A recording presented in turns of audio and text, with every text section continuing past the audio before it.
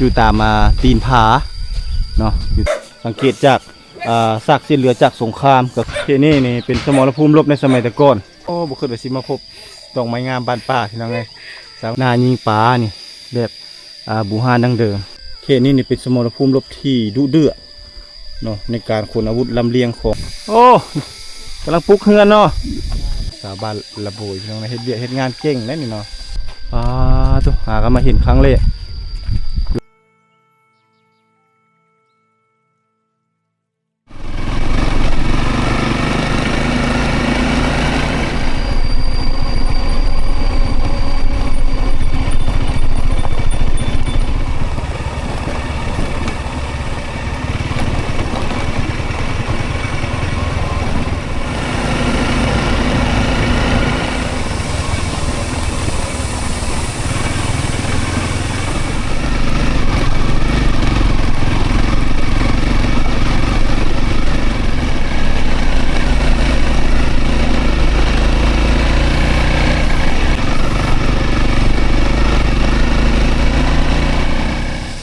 ไปใช่โอ้หลักสามเลยพี่น้องไม่เท่าสองคนหลักสามลงภูละเงี้ป่าไม้ธรรมชาติที่สวยงามพี่น้องเนาะอยู่จุดสูงสุดของภูละเงี้เลยตอนนี้เนาะกราบทักทายสวัสดีบรรยากาศยามเช้าตอน8 โมงครึ่งพี่น้องเนาะตอนนี้บรรทุกได้เดินทางออกจากโรงเรียนมอตอน้ำจลาเพื่อจะมุ่งหน้าไปสู่ปูนแหละเขตหนองม้าเนาะสุดชายแดนลาวเวียดนามท่านผู้ชมเนาะโดยเราจะเดินทางผ่านบ้าน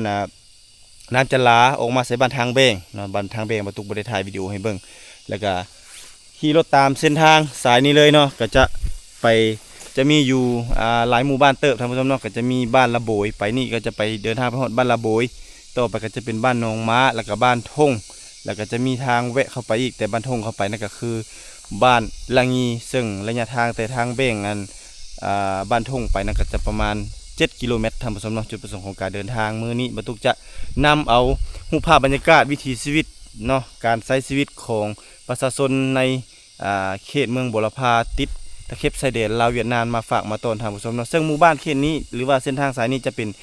ชนเผ่าบรูหรือว่าบรูตรีพี่น้องเนาะอันนี้คือธรรมชาติในระหว่างเส้นทางการเดินทางขึ้นมาจากภูละเงกพี่น้องเนาะก็จะมีบ่อนปูเปตงเนาะลงภูเนื่องจากว่ามันจะมีดินสไลด์อยู่ในเขตนี้ลงมาเนาะเวลาเฮาหน้าฝนคือจังซี่เนี่ยมันจะมายากหรือว่าลำบากหน่อยนึงแต่ว่าอันนี้เพิ่นก็ได้ถางแล้วก็ได้เอาก้อนหินที่ว่ามันเจือนมันสไลด์ลงนั้นเอาออกทิ่มอยู่ข้างทางหมดแล้วแล้วก็ได้ยินมาว่าเนาะเส้นทางสายนี้จะกลายเป็นเส้นทางที่ดีในอนาคตก็คือจะเริ่มเฮ็ดทางอย่างหรือว่าทางลาดยางออกสู่ชายแดนเวียดนามพี่น้องเนาะโดยเจ้าของโครงการที่รับโครงการนั่นก็คือพวกละเป็นวิศวกรที่มาจากประเทศเวียดนามเลยที่จะมาสร้างเส้นทางสายนี้ออกสู่เวียดนามในอนาคตในเบื้องหน้าเส้นทางสายนี้ก็จะสะดวกสบายในการคมนาคมขนส่งหรือว่าไปมาหาสู่กันในอนาคตเบื้องหน้าท่านผู้ชมอันนี้คือในระหว่างเส้นทางการเดินทางเนาะมีรูปภาพบรรยากาศอีหยังบรรทุกกันนำมาฝากมาต้นเก็บมาฝากมาต้นท่านผู้ชมภูละเงกพี่น้องเนาะลงนี่ขาลงนี่เขาปล่อยลงเลยก็ได้โดยดับเครื่องลงเลยเป็นการประหยัดน้ำมันมันจะมีแต่ลงกับลงมีแต่ขาขึ้นนี่ก็จะขึ้นเลยเนาะลงไปนี่หลังจากปล่อยลงภูนี่ไปก็จะติดกับสายน้ำตีบังไฟฝากนั้นไปก็จะเป็นบ้านระโบยพี่น้องการผจญภัยครั้งแรกโดยกันมาเขตนี้โดยเดินทางคนเดียวพี่น้องเนาะเดินทางคนเดียวเลยเขตนี้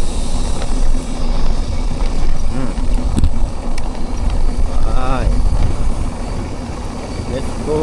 go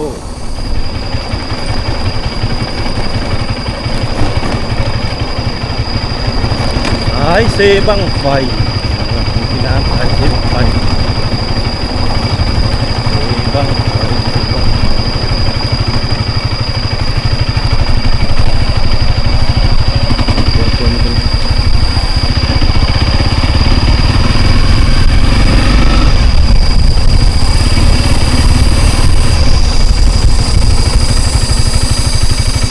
มาใส่บ่เท่าไปเท่า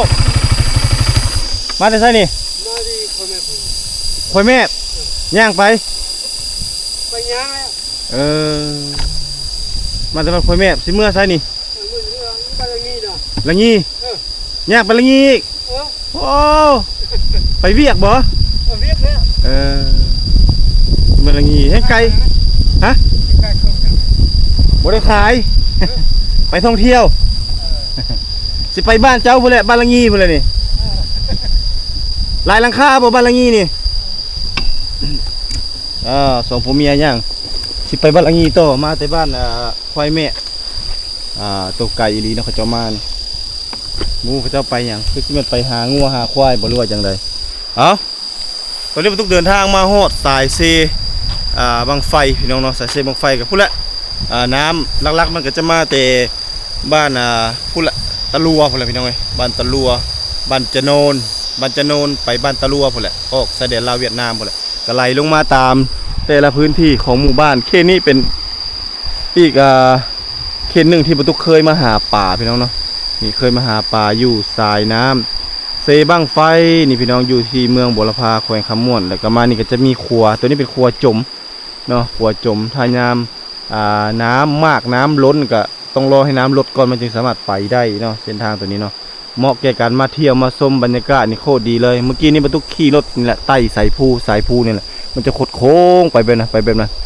แล้วก็ขึ้นไปเทิงหูตามเลี้ยวไฟมาพี่น้องเนาะขึ้นไปทางเทิงพูนแหละมันโค้งลงมาแล้วก็ลงมาหอดสายน้ำแห่งนี้เนาะหมู่บ้านในตัวหน้าก็คือบ้านหนองม้าหรือว่าล่องม้าพี่น้องก็เป็นหมู่บ้านที่ประตูเคยสอนหรือว่าเคยมาประจำการอยู่เขตนี้โดยผ่านเส้นทางตัวนี้เส้นทางข้างหน้านี่หรือว่าหมู่บ้านข้างหน้านี่ก็คือมีชื่อว่าหมู่บ้านละโบยเนาะเดี๋ยวประตูจะก่อนจะเดินทางไปฮอดห้วยเฮ็ดจะไปเก็บเอารูปภาพบรรยากาศพี่น้องเนาะเก็บเอารูปภาพบรรยากาศบ้านละโบยก่อนเนาะเขาจะเก็บไปแต่ละหมู่บ้านจุดไปฮอดบ้านหนองม้าบ้านทงแล้วก็สิไปใส่บ้านละงีจุดประสงค์ของการเดินทางจุดมุ่งหมายแท้ๆเฮาก็คือพุ่นละบ้านละงีเป็นหมู่บ้านลึกลับกลางหุบเขาที่ติดตะเข็บชายแดนลาวเวียดนามท่านผู้ชมเนาะอันนี้มาฮอดยังบ่ทันครึ่งทางเลยพี่น้องเอ้ยบ่ทันครึ่งทางเทื่อเส้นทางที่ประตูเดินทางนี่ก็คือเป็นเส้นทางยุทธศาสตร์เส้นทางโฮจิมินห์เป็นเส้นทางที่เวียดนามเนาะขนลำเลียงอาวุธยุทโธปกรณ์ไปพุ่นละลงไปเขตภาคใต้ของลาวเพื่อจะตลบเข้าไปตีเวียดนามใต้พุ่นเนาะทางฝากใต้พุ่นน่ะผู้ชมเนาะเอ้าจังได๋ประตูก็จะพาท่านผู้ชมเก็บเอารูปภาพบรรยากาศในระหว่างเส้นทางการเดินทางมาฝากมาต้อนพี่น้องตอนนี้ขอเดินทางก่อน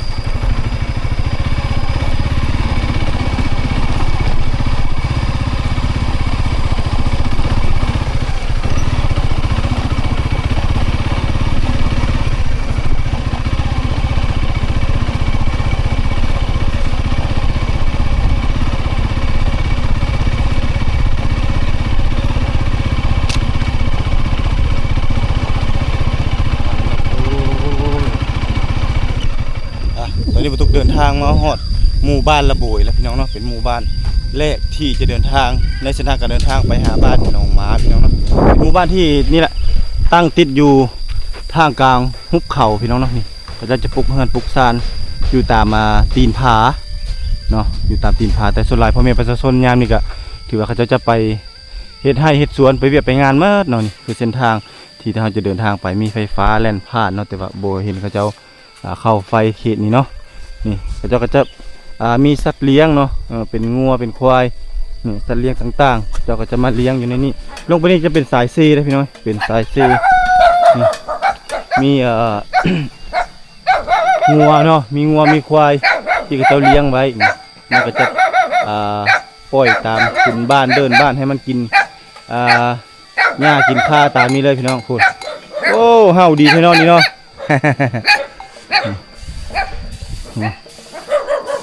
อันนี้คือที่นี่จะในเมื่อก่อนจะเป็นสมรภูมิรบในสงครามเวียดนามที่ดูเดือดแล้วก็นักที่สุดพี่น้องนี่สังเกตจาก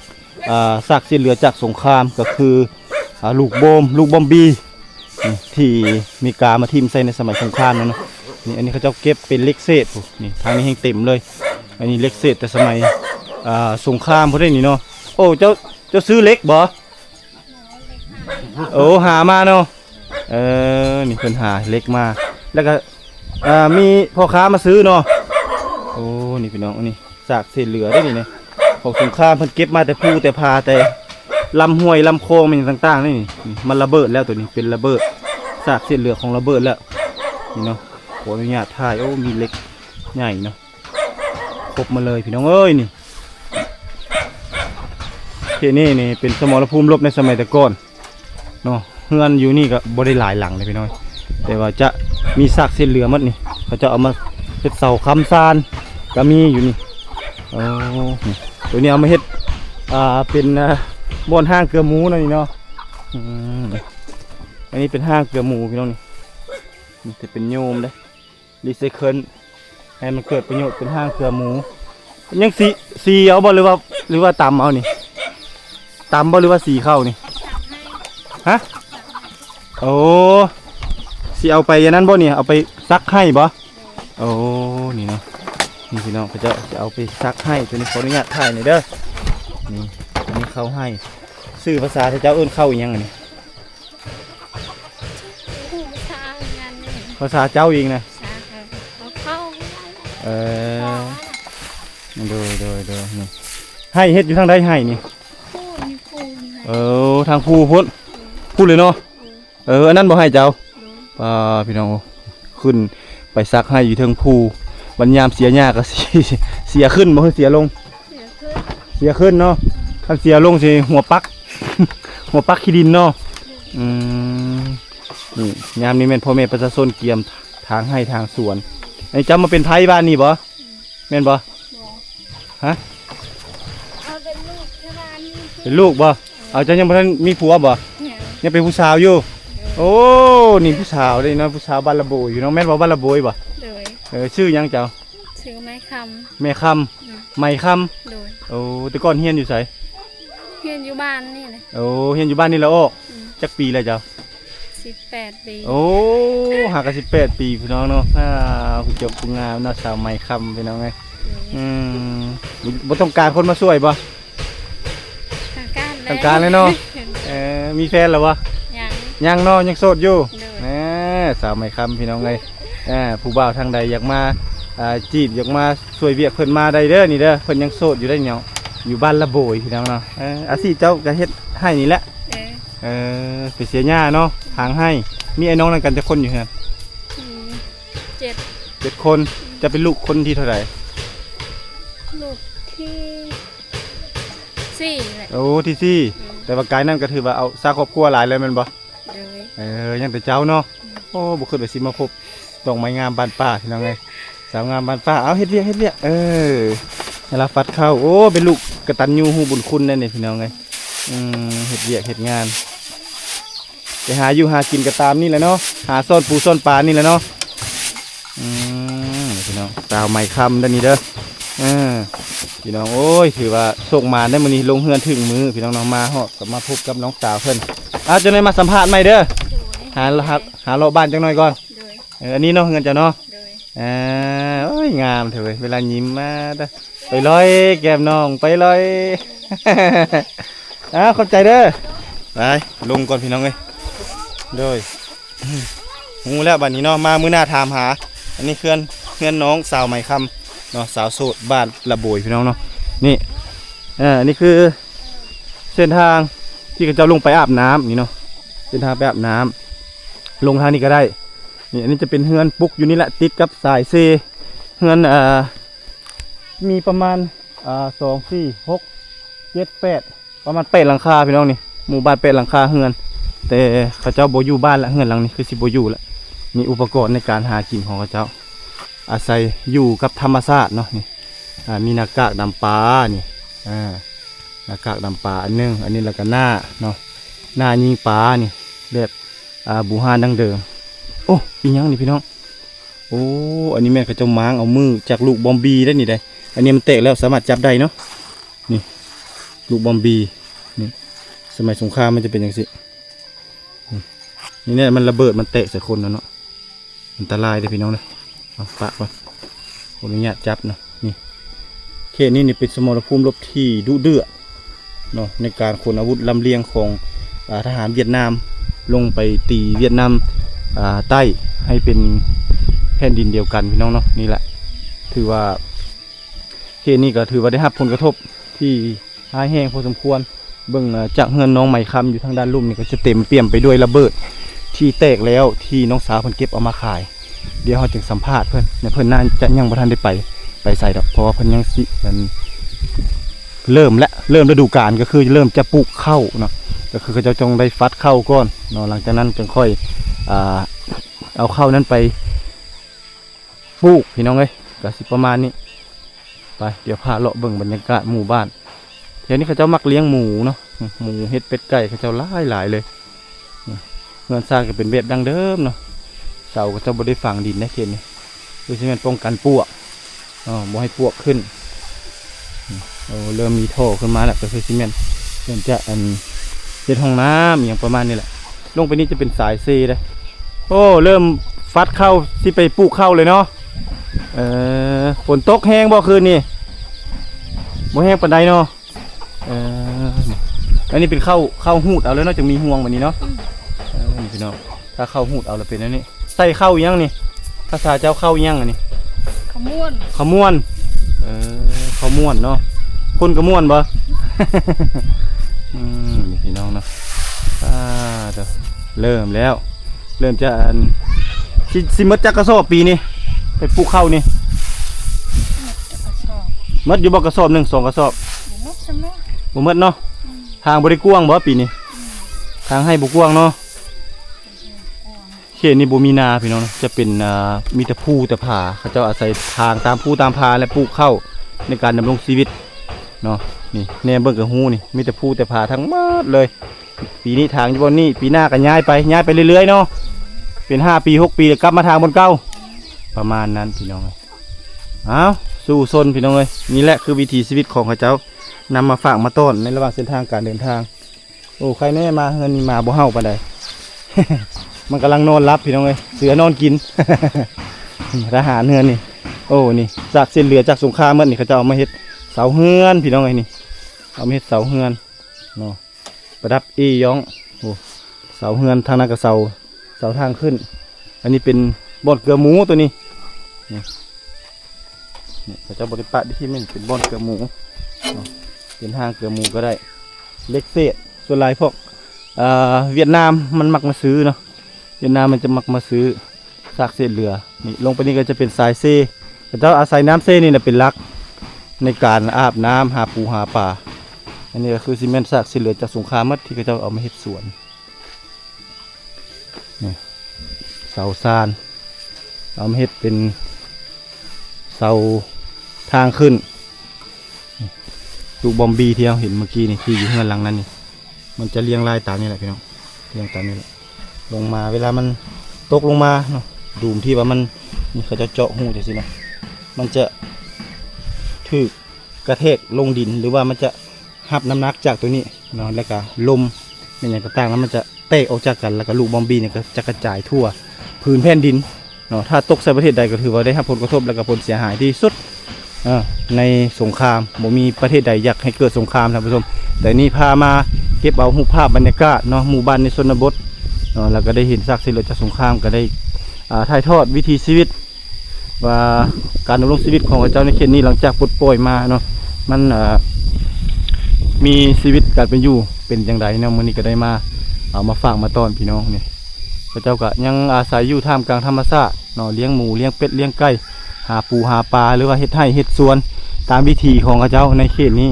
แต่หมู่บ้านนี้บ่มีสัญญาณโทรศัพท์เด้พี่น้องเนาะแต่นี่เริ่มมีไฟฟ้าเข้ามาแต่ยังบ่ทันได้เข้าไฟเท่าเนาะแต่ละเฮือนก็ยังถือว่ายังใช้ไฟสายอยู่ไฟตะเกียงอยู่เนาะก็ประมาณนี้นี่หมู่เขาเจ้าก็จะปล่อยตามทุนบ้านเดิมบ้านตามสถานการณ์เนาะตามสภาพพี่น้องเป็นหมู่บ้านน้อยๆทางนี้ก็กำลัง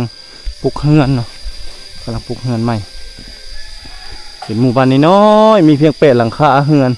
พี่น้องเลยพระเจ้าเอาผัวเมียแล้วก็เริ่มขยายนี่ตัวนี้คือซีเมนต์มัดใส่รถนะมัดใส่รถจักรนี่เขาจะมัดใส่รถจักรแล้วก็ลากมาลากมาเพื่อนี่แหละเอามาเฮ็ดเฮือนปลูกเป็นเฮือนเนาะปลูกเป็นเฮือนเป็นซานได้โอ้กำลังปลูกเฮือนเนาะอันนี้ดุดบ่บ่าวดุดจ้างเขาเจ้าดุดเนาะ ตัวนี้เป็นขี้หินนะแต่ก่อนนะ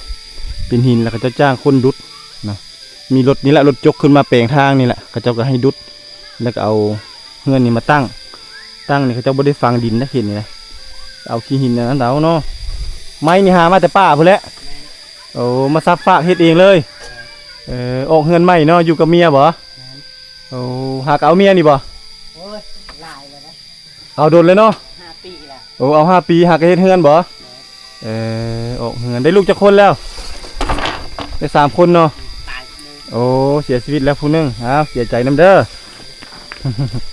โอ้นี่พี่น้องเย็นสบายนี่ติดสายภูเนาะนี่อันนี้เป็นปีนอนคักเนาะมีแต่เจ้าละท่ายื่นไม้ให้ผัวผัวละเป็นผู้เฮ็ดเนาะเย็นสบายคักเลยนี่เนาะนี่พี่น้องเสาเพื่อกระเสาไม่เน้นไม่แก้นคักเน้นนี่เนี่ยถือว่ามีอยู่พร้อมหน้าพร้อมตาผัวเมียแล้วก็ลูกน้อยก็ถือว่ามีความสุขแล้วพี่น้องเลยเนาะบ่มีหนี้บ่มีสินอยู่กับธรรมชาติจะกินปูกินปลาก็ลงไปหาอยู่น้ำเซระโบยนี่พอได้กินบ่ พอได้กิน พอได้กินเนาะดำมาบ่สุดลาย ดำเอาดำเอาใส่มองเนาะ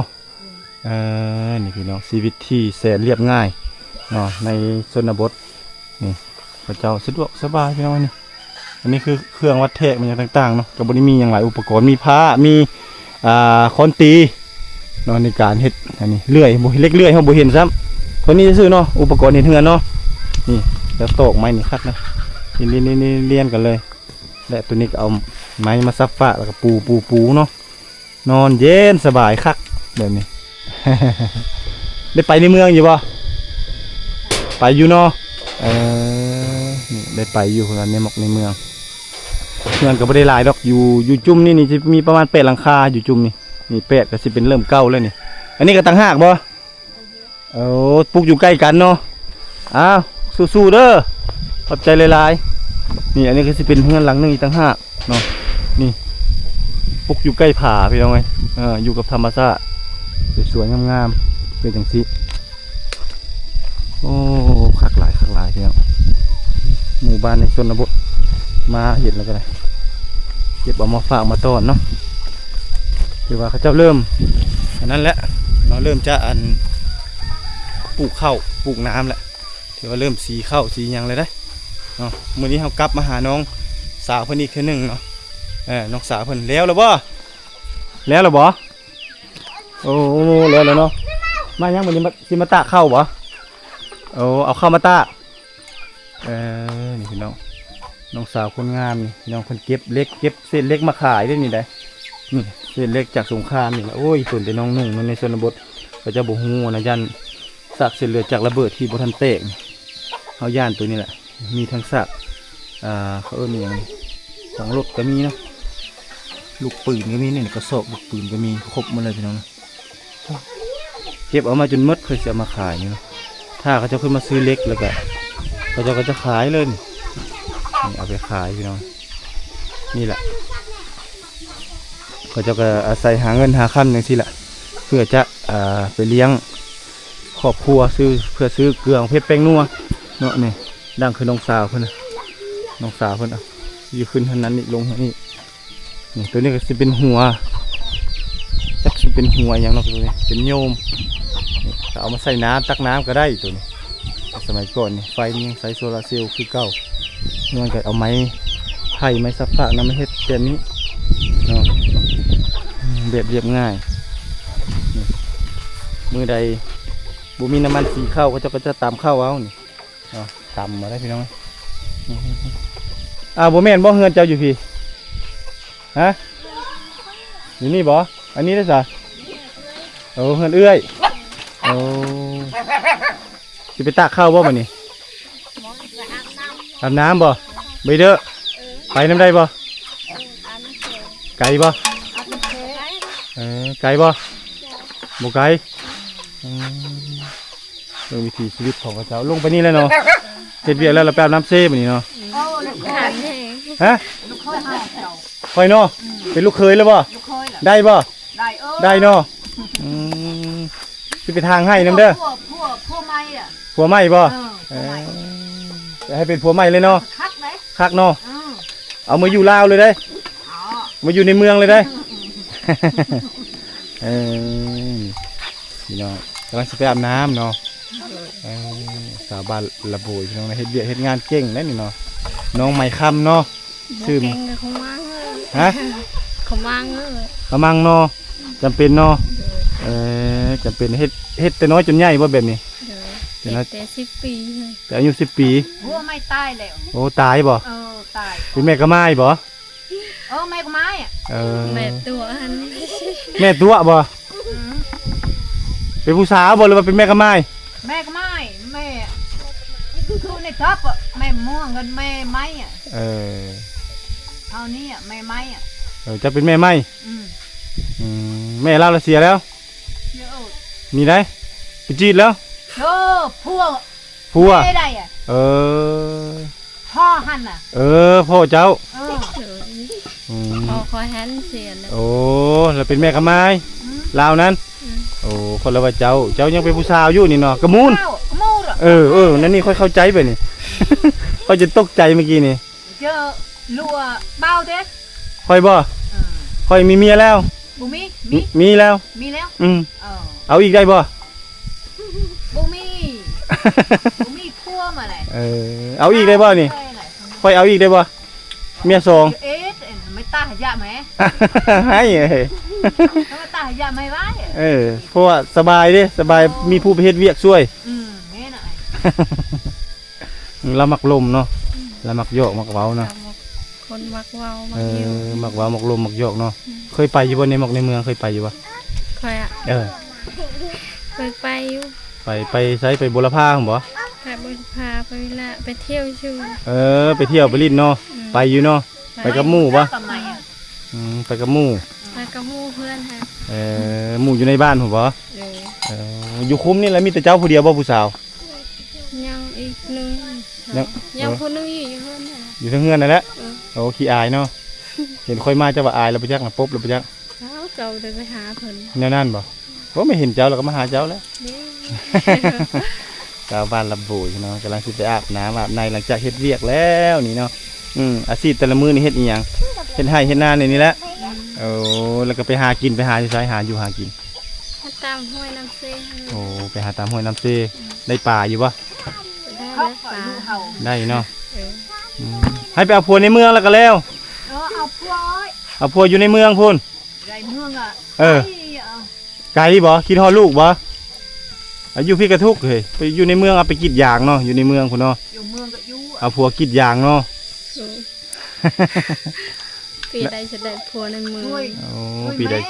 ใดจะได้ผัวในเมือง ได้นี่ เขากินช่วยแม่ แต่ว่าบ่มีอันนั้นเนาะบ่มีสัญญาณเนาะเห็นนี่เนาะ บุมี แล้วเฮ็ดได้สิติดโตได้แล้วบัดนี้ อยู่น้องมามัน น้องม้าละมีเนาะละโบยนี่บ่มีน่าเสียดายพี่น้องน้องม้ามีอยู่นี่บ่มีเอ้าจะไปอาบน้ำซะ เลย จะไปอาบน้ำซะเด้อถ้าสิไปนำเจ้ายัน เล่สาวอยู่เพิ่นลาวค่ะ อันนั้นกับผู้สาวบ่ เลย ผู้หอบเข้าอยู่ให้ได้โอ้ไม่ห้างบ่น่ะ ห้างน่ะ คนละคิดว่าเมียเขาบ่แม่นเนาะเป็นไม่ห้างเลยเนาะ แม่ของแท้ข้าวของ อันนี้ของแท้เลยเนาะของสดๆเลยตัวนี้เนาะเห็นเห็นงานเก่งเนาะ แห้ง คักหลายพี่น้อง เรียเอาผัว เนาะให้ค่อยหาให้บ่หาผู้บ่าวให้เนาะ เบ้า เอาไปเขาจะไปอาบน้ำได้ไปใบเดอะได้นี่เนาะมีสวนบ่อยู่บนเฮ็ดสวนบ่ นี่ค่ะ อยู่ท่าบ่ บ่มีบ่มีเนาะ ได้ผัว นี่ เจ้าอ่ะดูเฮาอ่ะ เอาเนาะเอาเลยเราว่าโอ้คักเอ้ยนี่เท่าไรค่าดองนี่ถามค่าดองก่อนแพงอยู่บ่ค่าดอง5,000 กีบ จ่ายเลยได้นี่ 5,000 กีบแล้วจ่ายเลยได้พี่น้องเอ้ยสิลงไปทางไหนนี่ไปเอาเครื่องแล้วลงไปนี่เลยบ่นี่พี่น้องเพิ่นกำลังสิไปอาบน้ำอยู่ท่าบ้านละโบยนี่แหละใกล้ๆนี่แหละเนาะบ่ได้ถือเครื่องนุ่งไปบ่สิไปอาบเนี่ยได้แล้วบ่นี่ฮะแล้วมาใส่อยู่เฮือนคิดแบบนุ่งสิ้นนุ่งผ้าไปอาบอยู่พุ่นบ่แม่นเนาะอันนี้เป็นแม่ห้างเนาะนี่เนาะ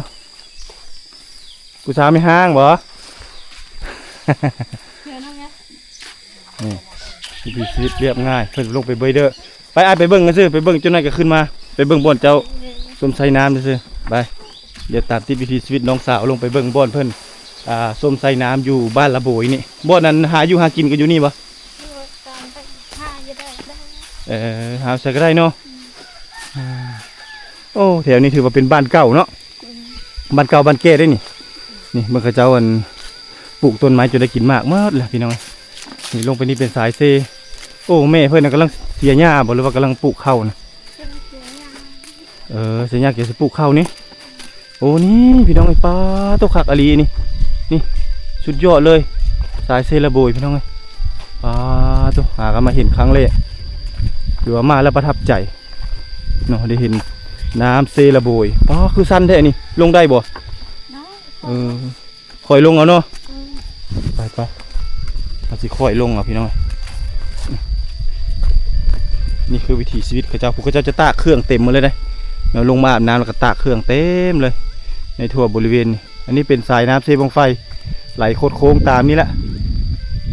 ตามห้วยตามห้องตามธรรมชาติน้องสาวเพิ่งกำลังลงไปอาบน้ำหลังจากเฮ็ดเวียกแล้วก็ลงไปตามตะฝั่งนี่แหละคอยลงพี่น้องแม่เท่าเพิ่นแม่เพิ่นเว้าม่วนเนาะ ว่าม่วนหลายแม่เท่านี่อย่าได้บ่าวตุกเป็นลูกเขยเพิ่นว่าได้ลูกเขยลูกสาวเพิ่นสิเอาอยู่บ่ลูกสาวเพิ่นนี่โอ้มื้อหน้าขึ้นมาหาอีกหูแบบนี้แหละมื้อหน้าขึ้นมาหาได้บ่โอ้มุ้งนี่หยังนี่ซ่อนปลาบ่เอามาซ่อนนั่นนี่เนาะนี่ปลาก็มีบ่อยู่บ่นี่แถวนี้มีบ่เจ้าดำปลาเป็นบ่ เป็นเยอะ เป็นบ่ เป็นเยอะ เก่งเนาะเจ้าเนาะดำปลาเนาะ โมเก่ง ฮะ โมเก่งลายวันไหน บ่เก่งหลายปานใดเนาะนี่พี่น้องนี่คือสายเซที่น้องสาวเพิ่นนะมาอาบน้ำเนาะแล้วก็ตากเครื่องอยู่นี่เลยสบายเนาะตากอยู่นี่เลยนะพี่น้องนี่มีบ่อนอาบน้ำของน้องสาวเพิ่นนี่คือสายเซเด้อพี่น้องนะสายเซอาบน้ำคือสิเย็นสบายเนาะน้องสาวเนาะน้องใหม่ค่ำเนาะโอ้ไปเฮ็ดให้อีฟ้าพุ่นขี่เหือนี่บ่ข้ามไปโอ้ขี่เหือข้ามเซเลยเนาะพี่น้องโอ้มาเจอสาวงามบ้านป่าพี่น้องเอ้ยผู้จบผู้งามเนาะงามเลยเจ้าได้สาวใหม่ค่ำไหมลึเขาว่าเนาะ เหมือนเลิน ลึงามหลายเขาว่าเนาะไปยินว่าไปเที่ยวไปลิ้นเนาะโอ้บุญบังไฟบุรพากินนี่บ่ได้ไปบ่บ่ได้ไปครับฮะคาเวียฮู้อยู่บ่แหละว่ามีบุญฮู้เนาะมีเวลาเนาะพี่น้องโอ้ยสะดวกสบายเนาะอาบน้ำก็คือสิเย็นสบายอยู่นี่เนาะวิธีของพระเจ้านี่โอ้แม่ละเอาหลานอยู่เฮือนเนาะบัดอันพ่อได้ซะพ่อเสียแล้วเนาะพ่อเสียแล้วเราอยู่แต่กับแม่โอ้นี่พี่น้องเนาะ แม่กับอ้าย กับอ้ายบ่อ้ายไปไสซะนะ เอาไปซักให้ โอ้อ้ายไปเฮ็ดเวียกแล้วไปซักให้ซักสวนแล้วเจ้าเฮ็ดให้กับไผเจ้า แม่กับเอ้ยท่านจะใส่ยูหัวพัดคอ เจ้าเลยอยู่ฟัดเข้านั้นมันเฮือนหลังน้อยได้ซะ เงินไปเลย เฮือนบนแม่อยู่นะ เอ้ยท่าน เฮือนเอื้อยตัวนั้นเนาะเฮือนเอื้อยเฮือนอ้ายอยู่นั้น เอ้ยท่านอายทาง แต่เจ้าเลยอยู่กับแม่เนาะแต่ว่าแม่ไปเอาหลานให้ซื้อนี่อยู่ตามสายซีเนี่ยพี่น้องเอ้ยเอานี่แหละคือวิถีชีวิตของน้องไมค์คำที่ประตุกได้มีโอกาสเดินทางมาที่หมู่บ้านแห่งนี้ซึ่งประตุกเดินทางมาคนเดียวพี่น้องเนาะท่ามกลางธรรมชาติหุบเขาห้องบุขึ้นมาเขาจะมาพบกับหมู่บ้านหรือว่ามีผู้คนอาศัยอยู่ท่ามกลางธรรมชาติที่สวยงามล้องสายแม่น้ำเซบังไฟแห่งนี้เนาะตะเข็บชายแดนลาวเวียดนามซึ่งหมู่บ้านแห่งนี้นี่เป็นหมู่บ้านที่อาศัยแม่น้ำสายเซบังไฟนี่เป็นหลักในการทำมาหากินเนาะบ่ว่าจะหาปูหาปลาหรือว่าใส่แฮเซ่มองอาบน้ำอาบในก็อยู่ในสายน้ำแห่งนี้แล้วก็สิ่งที่ประทับใจที่สุดที่เดินทางมาผู้คนจิตใจดีรวมถึงน้องสาวคนนี้เนาะแล้วก็ธรรมชาติมีความอุดมสมบูรณ์ก็คือมีปูมีปลาหน้าเนี่ยวครบสุดเลยอยู่ในแหล่งน้ำธรรมชาติแห่งนี้ขึ้นมาแล้วก็ประทับใจคือนี่เล็กน้อยสะดวกสบายเลยพี่น้องเนาะเขาจะอาบน้ำอาบในแบบนั้นเลยเกิดใหญ่มากับธรรมชาติพี่น้องเลยเห็นไหม มาโอเคพบกันใหม่คลิปหน้าท่านผู้ชมสำหรับคลิปนี้บรรทุกขอลาท่านผู้ชมไปก่อนสวัสดี